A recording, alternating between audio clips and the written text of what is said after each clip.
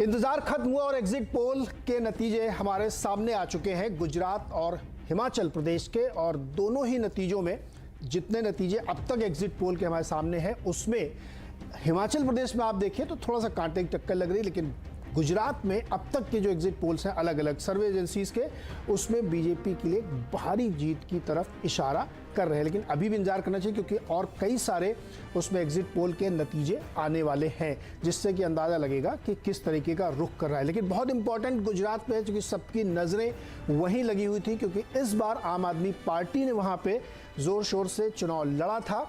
उसका कितना असर हुआ, क्या असर हुआ और किस रूप में उसको समझना चाहिए, ये सब देखेंगे। लेकिन बिना देर के सबसे पहले आपके सामने आंकड़े रखते हैं गुजरात के, कि गुजरात की जिन एजेंसीज ने किया उसमें सबसे पहले आपकी स्क्रीन पे है इंडिया न्यूज़ जन की बात। कुल 182 सीटें हैं, उसमें से बीजेपी को 117 से 140 सीटें मिलती हुई दिख रही हैं। कांग्रेस के खाते में 34 से 51 सीट्स जा सकती हैं। आम आदमी पार्टी 6 से 13 सीट, रिमार्केबल है ये, और अन्य के खाते में 1 से 2 सीटें जा सकती हैं। ध्यान रखिए कि एग्जिट पोल है, ये परिणाम नहीं है, परिणाम 8 तारीख को आएंगे। इसके अलावा दूसरा एग्जिट पोल है TV9 नेटवर्क का, जिसमें भारतीय जनता पार्टी को 125 से 130 सीटें मिलती हुई दिख रही हैं। कांग्रेस को 40 से 50 सीटें मिल रही हैं। आम आदमी पार्टी को 3 से 5 और अन्य के खाते में 3 से 7 सीटें जाती हुई दिख रही। तो यहाँ पे भी बहुमत के आंकड़े से काफ़ी ऊपर है Bharatiya Janata party. Republic P mark ये आंकड़ा आपको दिखाता है कि 128 से 148 20 सीटों की रेंज इन्होंने बनाई है 48% वोट परसेंटेज के साथ साथ, और कांग्रेस 30 से 42 में सिमट रही है 32% वोट परसेंटेज में। काफ़ी गैप आता हुआ यहाँ पे दिख रहा है। आम आदमी पार्टी 2 से 10, यहाँ पे भी काफ़ी बड़ी रेंज है, 15.5% के आसपास वोट, और अन्य के खाते में 3 सीटें आ सकती हैं 3.8% वोट के साथ। तो ये जो 3 आपको एजेंसीज के आंकड़े दिखे, इसमें क्लियर कट बीजेपी उस 92 मार्क से काफ़ी ऊपर जाते हुए दिख रही है। हिमाचल पर एक नज़र डालते हैं, हिमाचल प्रदेश में क्या स्थिति बनती हुई दिख रही है। इंडिया न्यूज़ जन की बात का आंकड़ा कहता है कि 32 से 40 सीटें बीजेपी के खाते में आ सकती हैं, जबकि कांग्रेस 27 से 34 और अन्य के खाते में 1-2, इस अन्य में आप चाहे तो आम आदमी पार्टी को भी शामिल कर सकते हैं। कुल 68 सीटें हैं यहाँ पे, तो बहुमत के आंकड़े से ठीक ठाक ऊपर बीजेपी जाती हुई यहाँ पे दिख रही है। दूसरा आंकड़ा रिपब्लिक पी मार्क का है, जिसमें लगभग 45% वोट के साथ 34 से 39 सीटों के आसपास बीजेपी पहुंच रही है। 28 से 33 कांग्रेस, 43% वोटों के साथ आपके खाते में 1 सीट आ सकती है, वोट परसेंटेज मात्र 2.8, और अन्य के खाते में 1 से 4, 9.5% वोट के साथ पी मार्क 68 सीटों का आंकड़ा विश्लेषण इस तरीके से करते हुए दिख रहा है। तीसरा आंकड़ा टाइम्स नाउ ETG का, जहां पे बीजेपी को 38, कांग्रेस को 28 और अन्य के खाते में 2 आती हुई सीटें यहां दिख रही। तो 3 जो एग्जिट पोल के आंकड़े हैं अब तक हमारे पास, उसमें से दोनों में बीजेपी के एज है। हालांकि हिमाचल प्रदेश में अगर आप देखें तो एक कांटे की टक्कर कही जाएगी। जी न्यूज़ और बार्क का भी एक आंकड़ा है, ये हिमाचल प्रदेश के बारे में है। इसमें 35 से 40 सीट बीजेपी के खाते में जाती हुई दिख रही, जबकि कांग्रेस 20 से 25 सीटें ला सकती है। आम आदमी के खाते में 3 और अन्य खाते में 1 से 5 सीटें जा सकती हैं 68 के कुल आंकड़े के बीच में। तो ये सारे आंकड़े ये दिखा रहे हैं कि दोनों राज्यों में बीजेपी बढ़त पे है, एज पे है, उसको बहुमत मिलता हुआ दिखाई दे रहा है। लेकिन ये एग्जिट पोल के नतीजे हैं, बार बार आपसे कह रहे हैं, क्योंकि फाइनल परिणाम 8 तारीख को आएंगे। तो इसी पे चर्चा करेंगे, बीच में और बहुत सारे एग्जिट पोल के रिजल्ट्स हमारे सामने आते रहेंगे, हम उस पर ही बातचीत करेंगे। हमारे साथ जो आज लोग जुड़ रहे हैं जिससे हम चर्चा करेंगे, भारतीय जनता पार्टी की प्रवक्ता शलमणि त्रिपाठी हमारे साथ जुड़ेंगे, कांग्रेस की प्रवक्ता चयनिका उनियाल, आम आदमी पार्टी की तरफ से प्रवक्ता घनेंद्र भारद्वाज, राजनीतिक विश्लेषक प्रशांत गढ़वी, राजनीतिक विश्लेषक कार्तिकेय बत्रा, और नेटवर्क 18 की सीनियर एडिटर मेरी सहयोगी प्रीति सोमपुरा भी हमारे साथ स्टूडियो में। आप सबका बहुत बहुत स्वागत है इस खास चर्चा में। लेकिन जिस तरीके से आंकड़े देखने को मिल रहे हैं वो ये दिखा रहे हैं कि बीजेपी ने जो स्ट्रेटजी अपनाई गुजरात में, वो बहुत अच्छी तरीके से काम करती हुई दिख रही है यहाँ पे, जो कि एक सीक्वेंसली आप कह सकते हैं। पहला रिएक्शन में चयनिका जी आपसे लूँ मैं, पूरी जो स्ट्रेटजी दिख रही है उसमें आप लोग फंस गए लग रहा। मुझे नहीं लगता कि कोई फंसने वाली बात है। जैसे आपने खुद ने कहा कि ये अलग अलग लोगों के एग्जिट पोल हैं, तो एग्जिट पोल इससे पहले भी बहुत बार गलत साबित हुए हैं।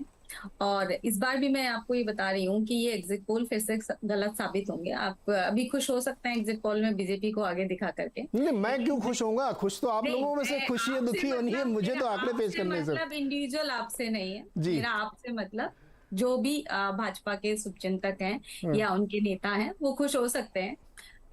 लेकिन मेरा ये मानना है कि गुजरात के अंदर, क्योंकि मैंने भी काम किया, मैंने भी देखा, हम्म। सिर्फ आप जो एक पहले की जो रणनीति गुजरात के अंदर बीजेपी ने अपना रखी थी कि आप एक चेहरा सामने ले आएंगे, आप भावनात्मक अपीलें करेंगे और आप शो ऑफ करेंगे, उसके द्वारा आप लोगों के वोट ले लेंगे, वो अब नहीं चलने वाला।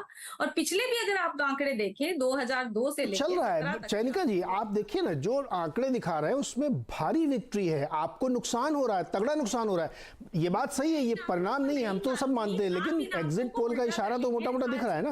भाजपा को बहुत बड़ा वहां पे झटका लगने वाला है और वहां पे कांग्रेस बहुत अच्छा करेगी और सरकार बनाएगी। उम्मीद पे कायम रहना चाहिए। शलभ त्रिपाठी, आंकड़ों को देख के तो ऐसा लग रहा है कि गुजरात में अब तक के जो हमारे पास 3-4 एजेंसीज के हैं उससे लग रहा है कि बड़ी विक्ट्री की तरफ आप बढ़ रहे हो, पुराना रिकॉर्ड तोड़ेंगे। देखिए, आपने बहुत मेहनत की होगी, बहुत सारे लोगों ने बहुत कुछ नमूने लिए होंगे, सर्वे किया होगा, काफी प्रयास किया होगा, तब जाकर आज आपने ये आंकड़े इकट्ठा किए हैं। लेकिन मैं तो इतना कहूंगा कि जिन्होंने गुजरात के भीतर प्रधानमंत्री जी का रोड शो देख लिया, प्रधानमंत्री जी को देखने के लिए उमड़ी भीड़ देख ली, लोगों का उनके साथ कनेक्ट देख लिया, हम सब तो देख रहे थे, उस बात के गवाह हैं कि कैसे प्रधानमंत्री जी रोड शो कर रहे थे और सड़क पे बहुत बड़ी संख्या में लोग खड़े थे, महिलाएं, पुरुष, छोटे छोटे बच्चों को अपने कंधों पर लिए हुए, और जो एक कनेक्ट था आंखों के भीतर, वो मुझे लगता है कि उसके बाद किसी एग्जिट पोल की या किसी और चीज की आवश्यकता नहीं रह जाती इस चुनाव का आकलन करने के लिए। एक जबरदस्त भीड़ थी, जबरदस्त लगाव है, जबरदस्त आत्मीयता है प्रधानमंत्री जी के प्रति। और गुजरात को जहां से वो लेकर गए हैं, गुजरात कौन सा था? मोहम्मद सूरती कांग्रेस पार्टी के कैबिनेट मंत्री होते थे, सूरत के रेलवे स्टेशन पे बम धमाका होता है, उसमें कई सारे लोग हताहत होते हैं, मासूम बच्ची तक की उसमें मौत होती है, और बाद में हाई कोर्ट मोहम्मद सूरती को इस बात के लिए दोषी पाता है कि उन्होंने अपनी कार के अंदर, सरकारी कार के अंदर विस्फोटक रखा, हथियार लेकर आया और धमाका कराया। उस गुजरात को लेकर वहां पर लेकर आए हैं जहां आज सरदार वल्लभ भाई पटेल की सबसे ऊंची मूर्ति लगती है। उस गुजरात को वहां पर लेकर आए हैं जहां डायमंड बुर्ज सूरत के भीतर खड़ा होता है, और सूरत और गुजरात के लोग बड़े गर्व से कहते हैं कि आप आइए, आप बाहर से आए, एक बार डायमंड बुर्ज देख कर आइए। एक जो गर्व की अनुभूति गुजरात के लोगों के भीतर कराई है प्रधानमंत्री जी ने, कहीं कोई संशय नहीं है, बहुत बड़े अंतर के साथ, बहुत बड़े मार्जिन के साथ। क्या इस बात को भी आप मानते हैं कि चूंकि वहां पे एक तीसरी फोर्स भी गई और उसने सीरियस डेंट किया कांग्रेस को, उसका भी बड़ा फायदा मिला? नहीं, मैं ऐसा नहीं मानता। मैं ये मानता हूं कि कोई फोर्स रही होती, कोई फोर्स नहीं भी रही होती। देखिए, कांग्रेस ने पिछला चुनाव कितनी तरह की कोशिशें की। हाँ। हार्दिक पटेल कहां पर थे, किस तरह के आपस में जातिगत जो फॉर्मूले हैं वो चले गए, भाई को भाई से लड़ाने की कोशिश की गई। गुजरात के भीतर में जहां पर कभी कोई सामाजिक ताना बाना खराब नहीं हुआ था, उस सामाजिक ताने बाने को खराब करने का प्रयास किया गया। बहुत सारे लोग बाहर से गए। ये जो तीसरी पार्टी आज आपको नजर आ रही है खुले तौर पर, ये तीसरी पार्टी, चौथी पार्टियां, कई सारी ऐसी पार्टियां थी जो परोक्ष रूप से पिछले चुनाव में काम कर रही थी, और उन्होंने कोई कोशिश नहीं छोड़ी। जीएसटी के नाम पे व्यापारी साथियों को वहां पे बरगलाने का प्रयास हुआ, उनको भ्रम में डालने का प्रयास हुआ, लेकिन गुजरात के लोग अपनी जगह कटिबद्ध थे। उनको ये पता है कि उनके एक जननायक हैं, उनके एक नायक हैं, उनकी माटी का बेटा है, उनका एक अपने धरती का सपूत है जो गुजरात का नाम पूरी दुनिया में रोशन कर रहा है। और जिन्होंने गुजरात को देखा है 27 साल पहले, मैं तो कहूंगा आप लोगों से बात करिए, जिन्होंने 27 साल पहले के गुजरात को देखा है, हम सबको याद आता है कि प्लेग फैलना शुरू होता था तो सूरत नाम के शहर से प्लेग फैलना शुरू होता था, और हम सब देवरिया के हैं, पूर्वांचल के हैं, बहुत सारे लोग भाग कर आते थे। आज आप जाकर देखिए सूरत की तस्वीर कैसी हो गई है, वहां की जो नगर पालिका है कितना खूबसूरत पूरे शहर को तब्दील कर दिया है, फ्लाईओवर्स का शहर कहा जाता है सूरत को। तो प्रधानमंत्री जी के नेतृत्व में गुजरात कहां से चलकर कहां पहुंचा है, ये एक बहुत बड़ा फैक्टर है और उसी का फायदा मिलेगा। जी शलभ, घनेंद्र भी हमारे साथ हैं आम आदमी से। घनेंद्र, हिमाचल में भी सफाया, गुजरात पे भी आप कुछ नहीं कर पाए, आप लोग बड़े बड़े दावे कर रहे थे कि हम वहां जाएंगे और सरकार बनाएंगे, लिख के दे रहे थे।